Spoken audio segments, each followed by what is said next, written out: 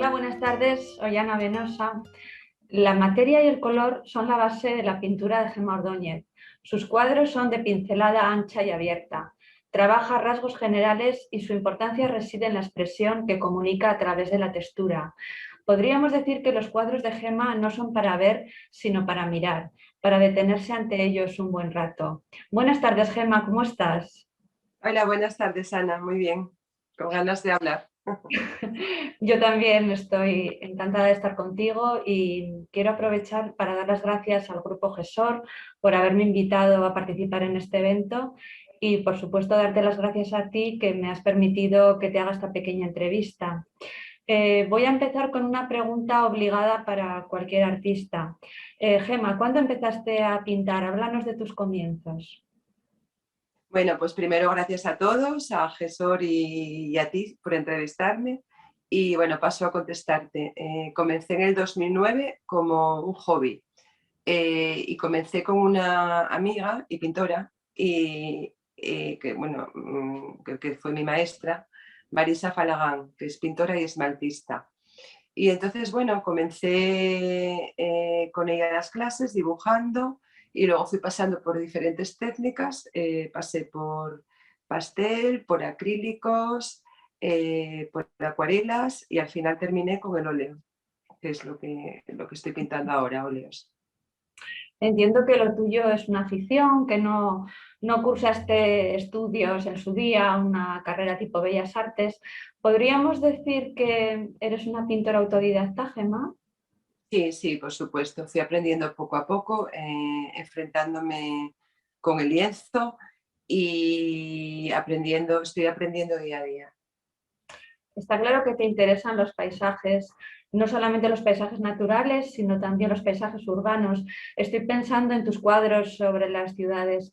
¿Siempre te has interesado por esta temática o alguna vez has experimentado con otras, no sé, con el bodegón o quizás con el retrato? ¿Qué me dices?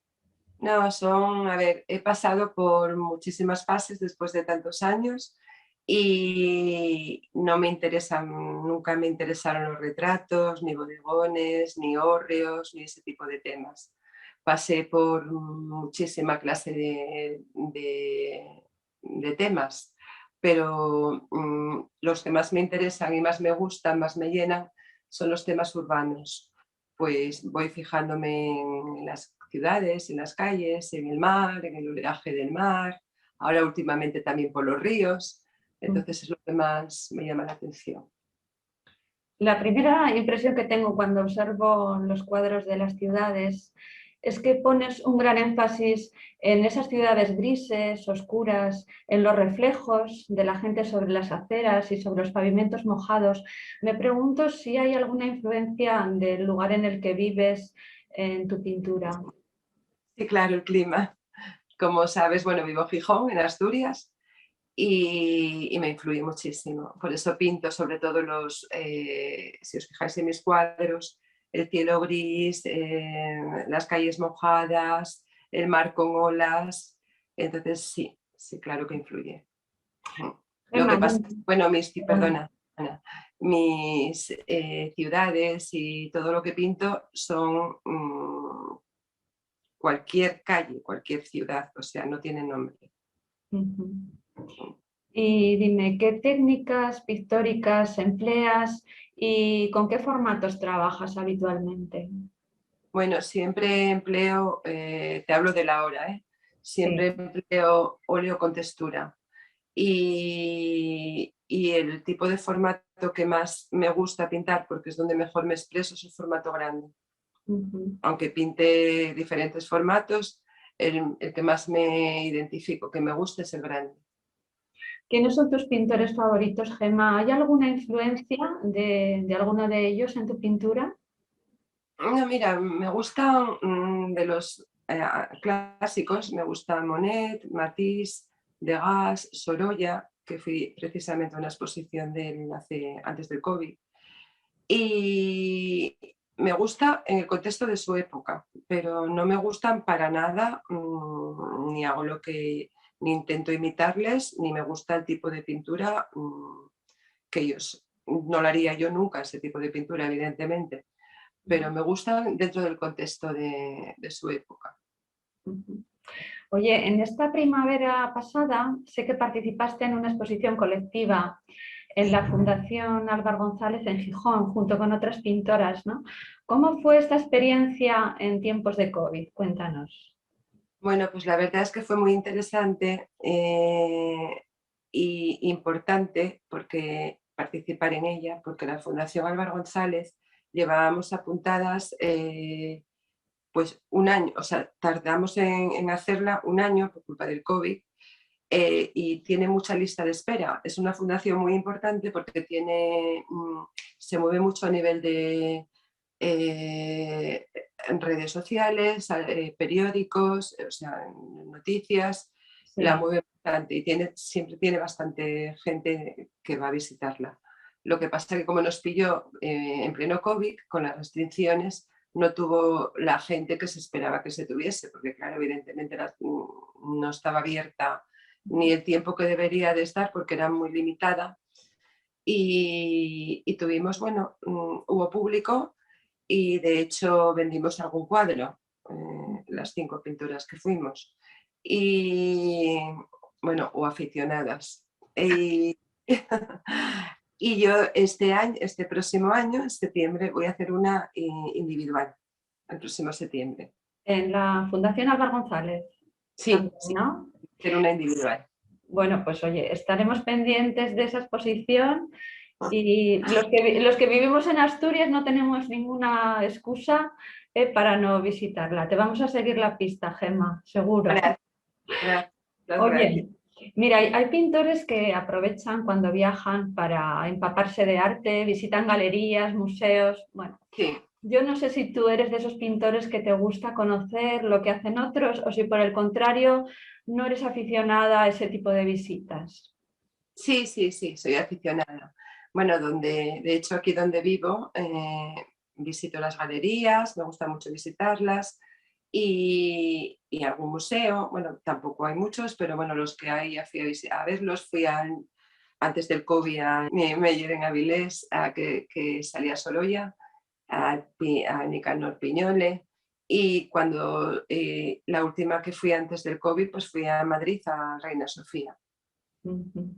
Oye, pues ahora si vas a preparar la exposición del Grupo Gesor en Madrid, en la calle Luchana, vas a poder volver al Reina Sofía porque me parece que está muy cerca o dentro de lo que es Madrid, yo creo que está relativamente cerca la calle Luchana de Atocha, creo. Sí, tengo pensado ir. Gemma, háblanos de tu proceso creativo. ¿Tú eres de esos pintores que te lanzas sobre el cuadro o hay una preparación previa a través de estudios o de bocetos? Bueno, yo me baso en la naturaleza y bueno, y luego trabajo sobre la fotografía. Yo ahí hago fotografías y luego sí voy trabajando sobre ellas, pero si me dice algo la fotografía y no pinto lo que trae la fotografía, me sirve de inspiración. Ujú. Oye, aprecio que la dominante de tu pintura es la utilización de colores neutros, colores fríos. ¿Cómo consigues dar calidez a tus cuadros? Háblanos del color. ¿Utilizas una grisalla de fondo o te lanzas directamente aplicando el color sobre el lienzo? No, no, en el comienzo hago como una mancha con colores puros y después a partir de ahí formo la paleta con todos bueno, siempre trabajo con todos los colores como cualquier pintor y luego voy trabajando el cuadro según me vaya pidiendo, pero siempre aparto de una mancha con colores puros. Gemma, en tus cuadros se distingue una clara preferencia por el empaste, por la textura, a veces muy, muy matérica, como puede observarse en tus cuadros sobre el mar. Estoy pensando en el oleaje, en un cuadro en concreto que me impresionó vivamente. Sí. Podríamos decir que tus cuadros pesan. ¿Qué pretendes conseguir con esas texturas? Bueno, para mí la textura lo que hace y lo que pretendo transmitir es dar fuerza, da emoción. Entonces utilizo el empaste precisamente por eso, pues no sé, pues a lo mejor son los rasgos que empleo y mis emociones y la fuerza que yo pueda sentir cuando lo estoy realizando. Yo creo que eso es lo que caracteriza tu pintura, ¿no? La fuerza que consigues transmitir.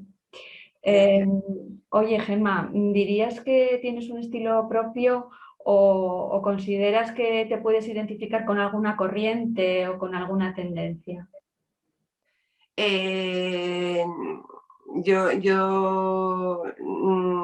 No, yo creo que la pintura es una evolución y voy cambiando continuamente. Oye, ¿y cómo te ves dentro de 5 años en esa evolución, Gemma? Pues me veo con del expresionismo, que es la que me Sí. considero que estoy haciendo ahora, a la abstracción, a pintar abstracto. Y dime, ¿tienes alguna otra inquietud artística, además del óleo?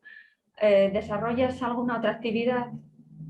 La fotografía, pero la utilizo solamente de momento, enfocándome buscando siempre algo que me llame la atención para pintar. Pero me está gustando bastante la fotografía y tengo pensado profundizar un poco más en ella. Y dime, ¿cómo ves el desarrollo de la pintura en la actualidad, en pleno siglo XXI? Bueno, yo creo que hay poca gente que valora realmente el arte, mientras pienso que el arte mueve el mundo. Pues estoy de acuerdo contigo, el arte mueve el mundo y podríamos decir que el arte conmueve al mundo, ¿verdad? Sí, Bien. efectivamente, sí, sí, cierto.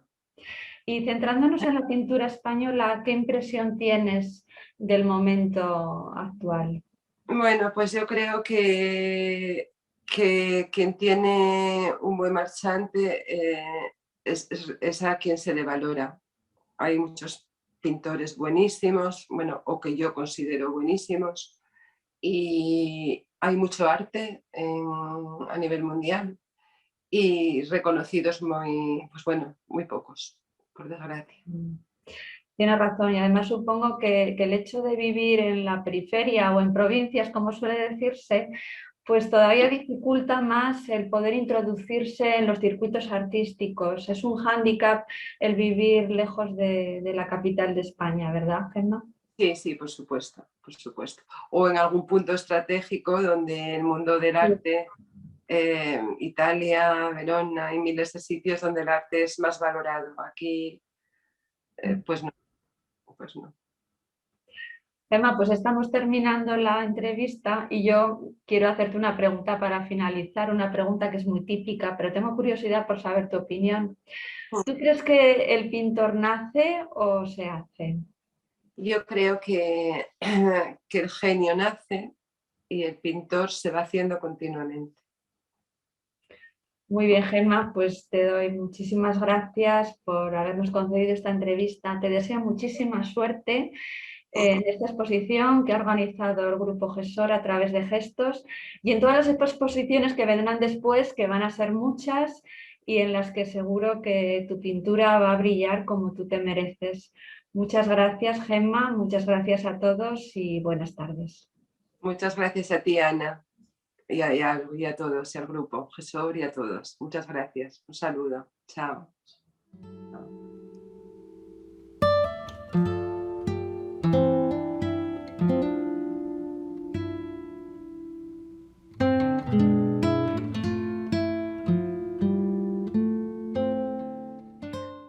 José Luis es un pintor acuarelista de paisajes habitados en los que a través de un trazo fluido y fresco es capaz de captar la luz del instante, de retener ese momento exacto del día.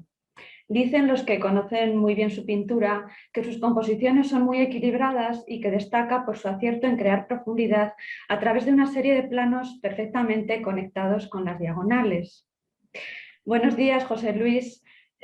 Cuéntame, ¿cuándo empezaste a pintar? ¿Cuántos años llevas pintando y por qué la pintura? Buenos días, Ana. Pues 3 años, exactamente, que no son casi nada, pero son mucho también, 3 años muy intensos.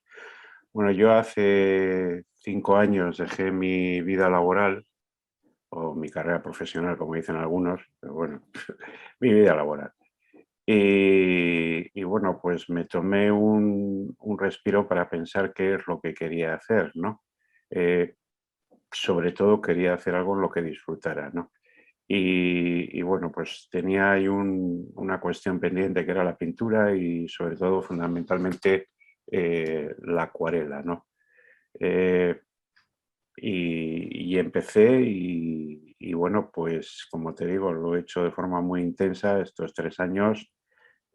Pinto mucho, tanto en casa como en el exterior, cuando me lo permite el tiempo. Acabo de volver de estar unos días pintando en el exterior y me siento muy feliz, aparte de otras actividades que hago, pero digamos que esta es la principal, la que me absorbe más horas. José Luis, la temática principal de tus cuadros es el paisaje campestre, las marinas. ¿Trabajas delante de ese paisaje o cómo te sitúas frente a él? Bueno, normalmente los acuarelistas, como te decía, practicamos dos variantes, ¿no? La variante, como dicen los franceses, de plein air, de aire libre, siempre que se pueda, lógicamente, y también con todos los inconvenientes que tiene, porque hay que pintar muy deprisa, aunque en la acuarela hay que pintar siempre muy deprisa, eh, a ritmo, ¿no?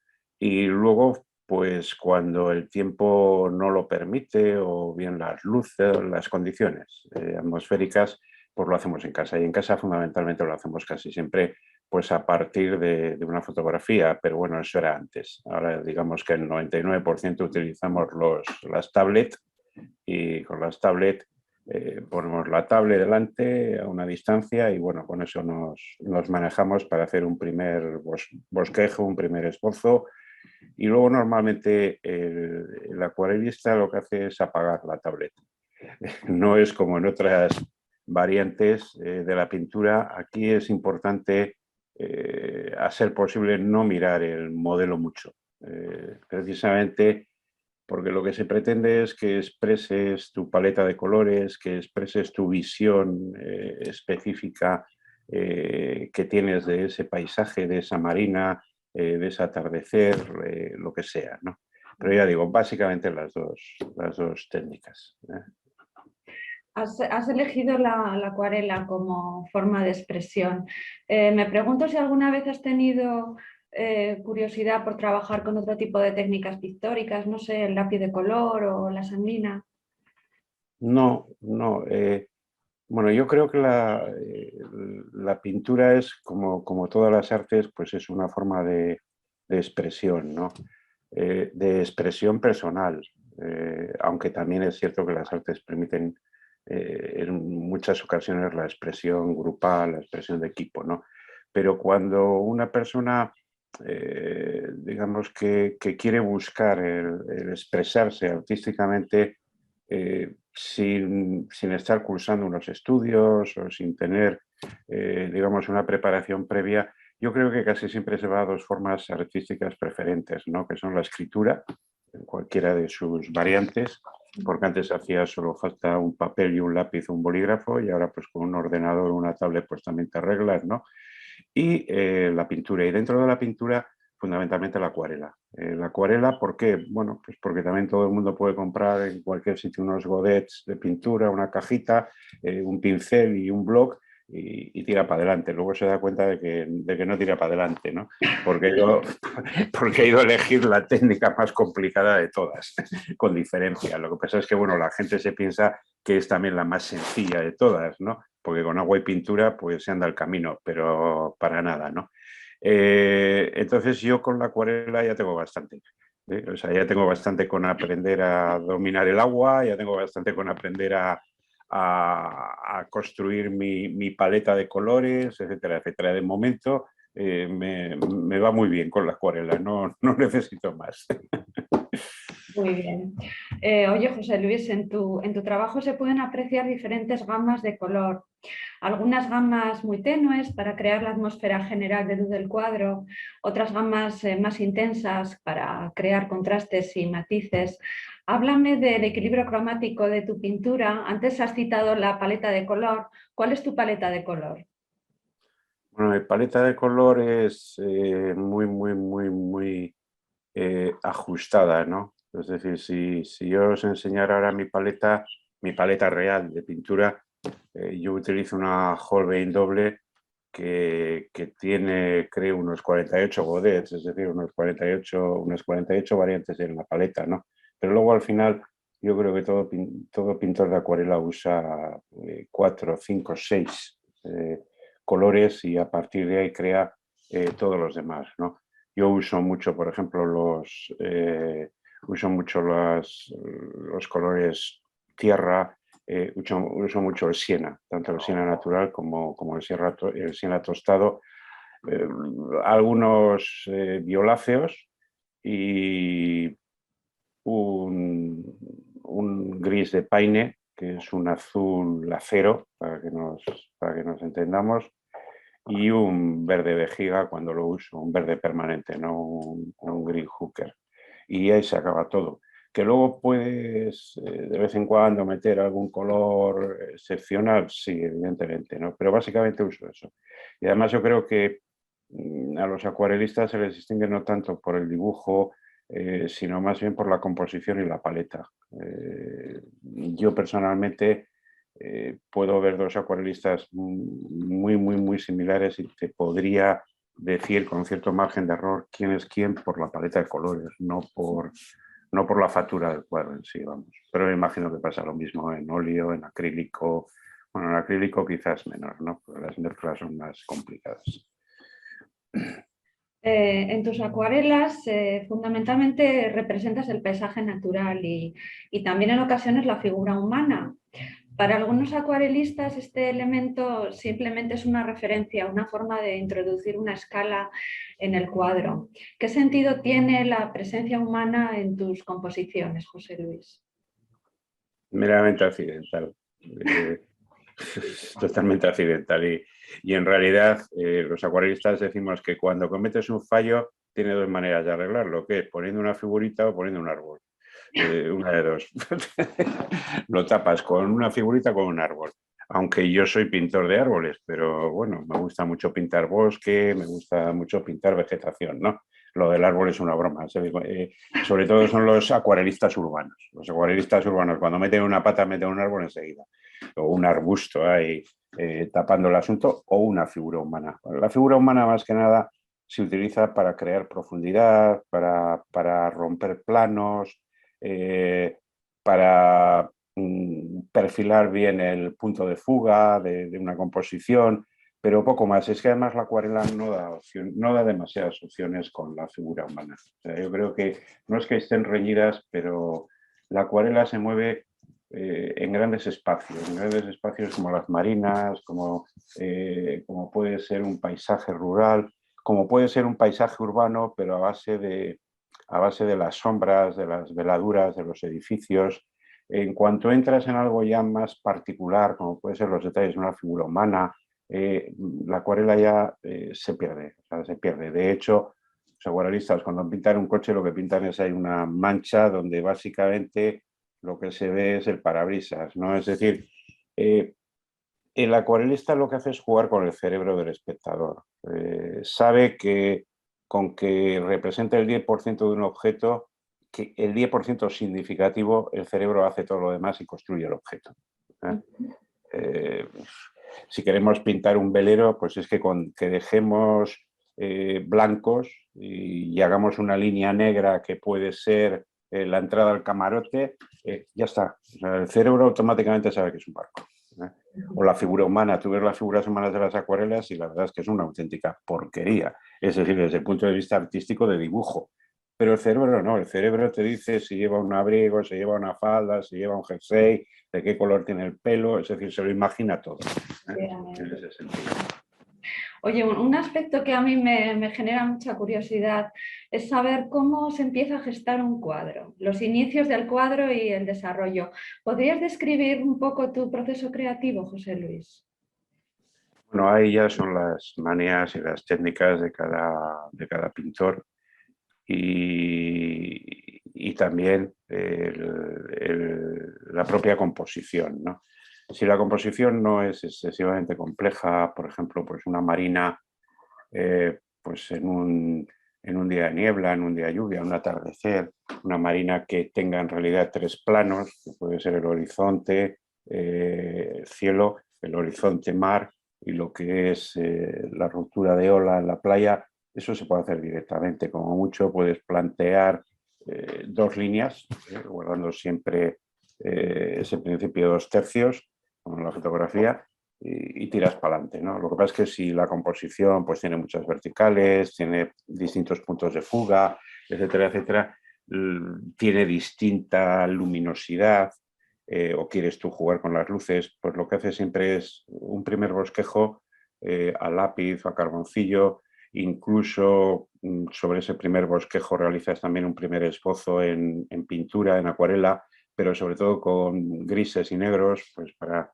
que se vea claramente dónde están las zonas de sombra, las zonas de luz, y luego ya finalmente pues realizas la composición en sí, ¿no? La composición es muy complicada, es muy complicada. Yo creo que es lo más complicado de llegar a dominar. Lo que es importante es que tengas la habilidad de eliminar objetos de la realidad o de la imagen que estás tratando de copiar, ¿no? Es decir, los principiantes siempre, si hay 27 coches, pintan 27 coches, ¿no? O sea, y no pintan la matrícula, pues yo no sé por qué, ¿no? Igual ya los que llevan un tiempo, pues dicen, pues no hay coches, y ya está. O hay una furgoneta que es que no es ninguno de los que está aquí, que la pongo yo, pues porque sí, ¿no? O me cargo una torre, o me cargo un... Es decir, eso tiene que ir en función de la composición. Los acuarelistas y los pintores en general no podemos ser fotógrafos. Para eso ya está la fotografía. Aunque bueno, hay pintores que todos conocemos, sobre Sí, todo de la capital del reino. Que, seguro que bueno, pues, pensamos en el mismo. exactamente, exactamente. Entonces a mí ese pintor yo lo admiro por su manejo de la luz, no por lo otro. Pero bueno, para lo otro ya tengo fotografía. Dime, José Luis, ¿qué fuentes de inspiración tienes? Pintores, ¿te refieres? ¿Pintores o no sé? ¿O en qué te inspiras cuando vas a iniciar un cuadro? Eh, yo normalmente trabajo mucho con atardeceres, con amaneceres. Me gusta mucho el cielo. El cielo tiene muchas posibilidades en acuarela, bien con las distintas aguadas, bien luego superponiendo capas, jugando con el agua. Es infinita la combinación que se puede hacer con el cielo, ¿no? Entonces siempre elijo normalmente o pintar si estoy en el exterior al atardecer, y si estoy en el interior pues siempre elijo amaneceres o atardeceres. No me gusta la luz del mediodía, no la capto. Por eso trabajo muy poco con escenas del Mediterráneo. No porque desprecie la luz del Mediterráneo, que es maravillosa, ¿no? Sino porque prefiero las tonalidades del Atlántico, ¿no? Esas tonalidades plomizas, esas tonalidades amarillentas de horizonte, grisáceas, que van cambiando además minuto a minuto, que es lo realmente bonito, ¿no? Yo, por ejemplo, en el Canal de la Mancha, que por las condiciones que tiene, es que la luz es que está cambiando cada 5 minutos, ¿no? Allí donde los impresionistas no paraban de pintar como locos, ¿no? Pero es que tienes que ir allí y verlo para comprender, ¿no? O sea, para comprender que es que se volvían locos, o sea, que pintaban a toda pastilla porque es que no había manera de captar esos cambios de luz, ¿no? Oye, José Luis, cuéntame, ¿los acuarelistas tenéis alguna herramienta adicional, no sé, algún truco? Se me ocurre a mí, pues, o para dar énfasis al cuadro, quizás, no sé, para esconder algún defecto. Cuéntanos algún Sí, bueno, secreto de los acuarelistas. trucos multitud, ¿no? Hombre, yo creo que lo que más extraña a la gente cuando te ve pintar es que estás pintando y de repente sacas el secador de pelo, ¿no? Eso es lo que, eso es lo que deja a la gente, vamos, o sea, totalmente perpleja, ¿no? Pero es que, claro, sacamos el secador de pelo porque es que si no, pintar una acuarela tardaríamos días esperando los secados, ¿no? De la cantidad de agua que utilizamos, ¿no? Bueno, eso es ya herramienta común de todo el mundo, los secadores de pelo, ¿no? Si estamos en el exterior, no, porque, bueno, pues el mismo aire corriendo o bien la temperatura, pues ayuda a secar rápido, ¿no? Aunque hay quienes llevan un ventilador de los chinos y andan ahí con el ventilador que yo lo he visto, ¿no? Y luego, trucos, 100.000, hay gente que tira sal, la composición para que haga figuras extrañas una vez que se seca. Hay gente que cubre la composición con papel de film de cocina y luego lo estruja pues también para que haga texturas. Hay gente que tira agua así, entre ellos yo. Yo he visto a grandes acuarelistas echar escupitajos, o sea, en el cuadro, bien, para que también cree su textura. Se utiliza también, por ejemplo, pues, con una esponja de coral pequeñita, pues vas aplicando y también vas generando. La espátula misma, la uña se utiliza mucho para crear líneas, para sacar blancos, que decimos sacar luces, pero normalmente el acuarelista puro prácticamente no utiliza nada. Como mucho puede utilizar la cinta de carrocero, que esa la utilizamos todos para marcar el cuadro sobre el bastidor. Vamos, el papel, que en realidad no es papel, porque eso también es otra curiosidad. El papel de acuarela no es papel. Si tú utilizas papel no te va a salir la acuarela porque el papel no es poroso. Nosotros lo que utilizamos, mira, más tengo aquí uno, nosotros lo que utilizamos son láminas de algodón. Este, por ejemplo, es el papel que yo uso, que es de un molino inglés.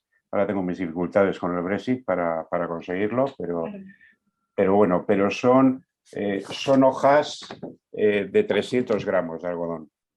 300 gramos en algodón sobre prensados fríos y eso es la única manera, porque el algodón sí que es poroso, sí que absorbe mucho el agua, no deforma demasiado lo que es la lámina y bueno, pues con eso trabajamos. Hombre, evidentemente una lámina de algodón pues vale 27 veces más que una hoja de papel, pero bueno, pero es lo que hay que hacer, ¿no?